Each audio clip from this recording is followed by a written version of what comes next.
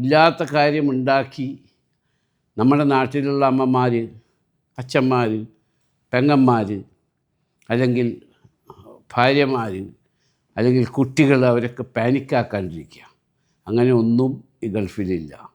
പ്രത്യേകിച്ച് മലയാളം മീഡിയ വളരെ അഗ്രസീവാണെന്നിപ്പോൾ ഇന്ന് കാലത്ത് ഞങ്ങൾ ഒരു മീറ്റിങ്ങിൽ വെച്ചൊരു ഉയർന്ന ഗവൺമെൻറ് ഉദ്യോഗസ്ഥൻ പറയുന്നു.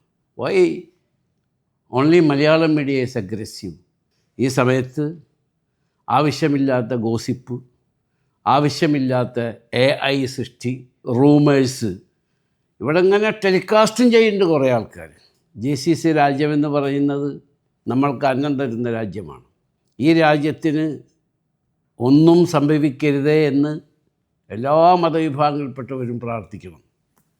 ഏകനായ സൃഷ്ടാവായ ദൈവം, ആ ദൈവത്തിലേക്കാണ് പ്രാർത്ഥന നമ്മളുടെ കടമയാണ്. ഈ രാജ്യങ്ങൾക്ക് വേണ്ടി, ഈ രാജ്യത്തിലെ ഭരണാധികാരികൾക്ക് വേണ്ടി. പിന്നൊരു കാര്യം, ഈ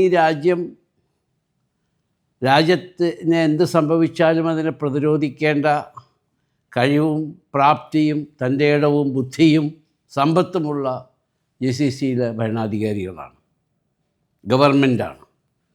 അത് അതിൻ്റേതായ രീതിയിലും രൂപത്തിലും ഭാവത്തിലും അവരത് നിർവഹിക്കുന്നുണ്ട്. ആയതുകൊണ്ട് ദയവേത് ഗവൺമെൻറ് മീഡിയകളിൽ നിന്ന് കിട്ടുന്ന ന്യൂസുകൾ മാത്രം നിങ്ങൾ റിപ്പോർട്ട് ചെയ്യാൻ പാടുള്ളൂ. അതിന് ശേഷം വരുന്ന കോൺസിക്വൻസസ് നിങ്ങൾ മാത്രമായിരിക്കും.